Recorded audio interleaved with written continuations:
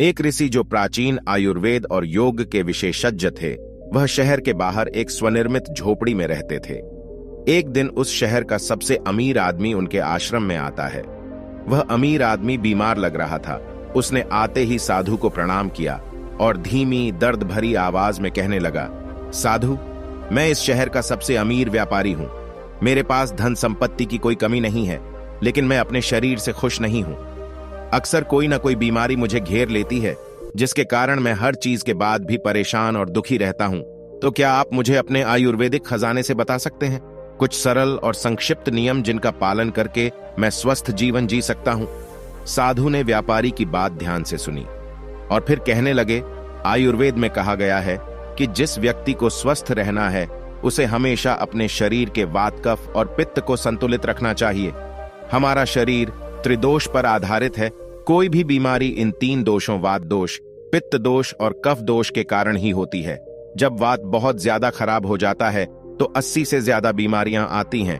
जब शरीर में पित्त खराब हो जाता है तो होने की संभावना अधिक हो जाती है। 46 रोग बढ़ जाते हैं और कफ बिगड़ने पर 28 से अधिक रोग हो जाते हैं। और अगर वात, पित्त और कफ तीनों बिगड़ जाएं तो शरीर में 148 से ज्यादा बीमारियां हो जाती हैं।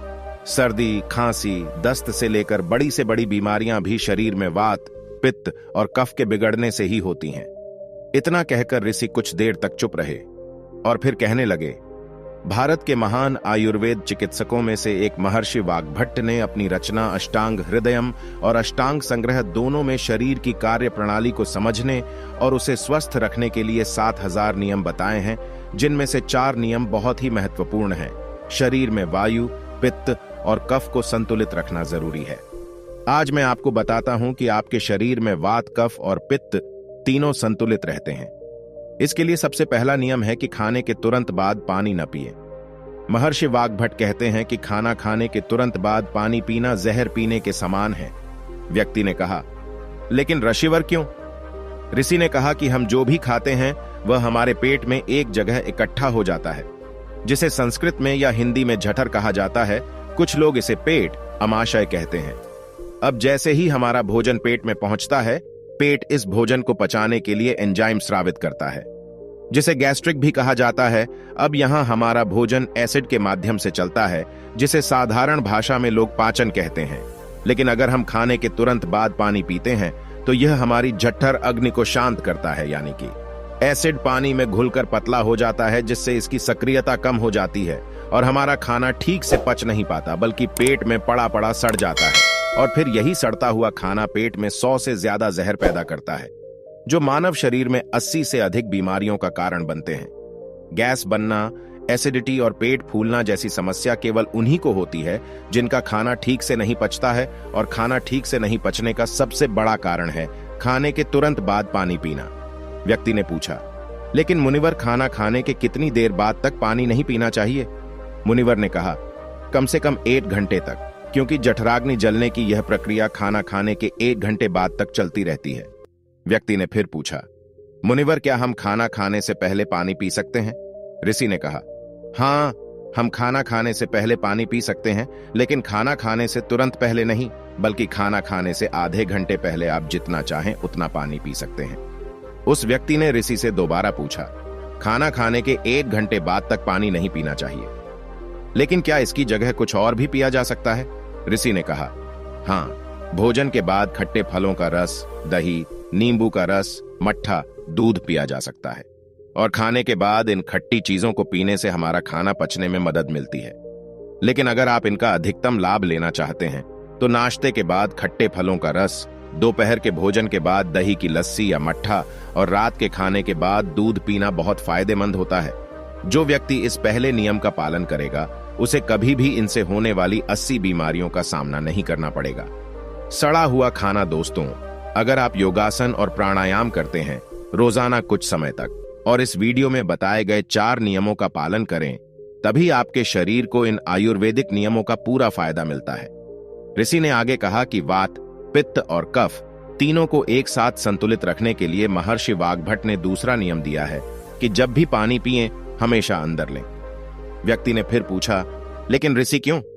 ऋषि ने कहा कि हमारे मुंह के अंदर का लार क्षारीय होता है और एसिड हमारे पेट के अंदर बनता है। जब हम पानी घूंट घूंट करके पीते हैं तो हर बार थोड़ा सा लार पानी में घुलकर हमारे पेट में चला जाता है और यह क्षारीय घोल पेट में मौजूद एसिड को निष्क्रिय कर देता है, जो हमारे पेट की एसिडिटी को कम करता है, जिससे पेट में जलन की समस्या खत्म हो जाती है। और जिसके पेट में एसिडिटी नहीं होगी उसके रक्त में एसिडिटी नहीं होगी, और जिसके रक्त में एसिडिटी नहीं होती उसके शरीर में वात, पित्त और कफ संतुलित रहते हैं। और अगर हो सके तो जब भी आप पानी या कुछ भी पिएं तो एक एक घूंट मुंह में रखें और थोड़ी देर जीभ से घुमाएं, उसके बाद फिर अंदर डालें। इससे आपके शरीर को ज्यादा फायदा होगा और थोड़ा पीने से आपको कभी एसिडिटी या सीने में जलन की शिकायत नहीं होगी। और गहरा तो हमें लगेगा कि प्रकृति भी हमें आराम से घूंट घूंट करके पानी पीने का संकेत देती है। आप किसी भी पक्षी को देख लीजिए, वह भी अपनी चोंच से बूंद बूंद करके पानी पीता है।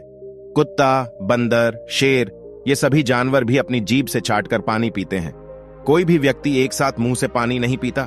केवल कुछ बड़े जानवर जैसे गाय, बैल और हाथी ही एक सांस में पानी पीते हैं, क्योंकि उनके शरीर को पानी की बहुत आवश्यकता होती है और उनके शरीर में पानी की आवश्यकता को चाटने या घूंट घूंट पीने से पूरा नहीं किया जा सकता है।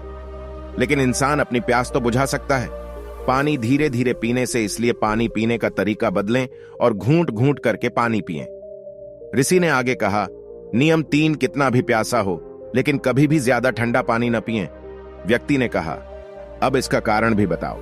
मुनिवर ऋषि ने कहा कि हमारा शरीर अंदर से गर्म होता है और जब हम बहुत ठंडा पानी पीते हैं तो ठंडे पानी का तापमान हमारे शरीर के तापमान के बराबर होता है।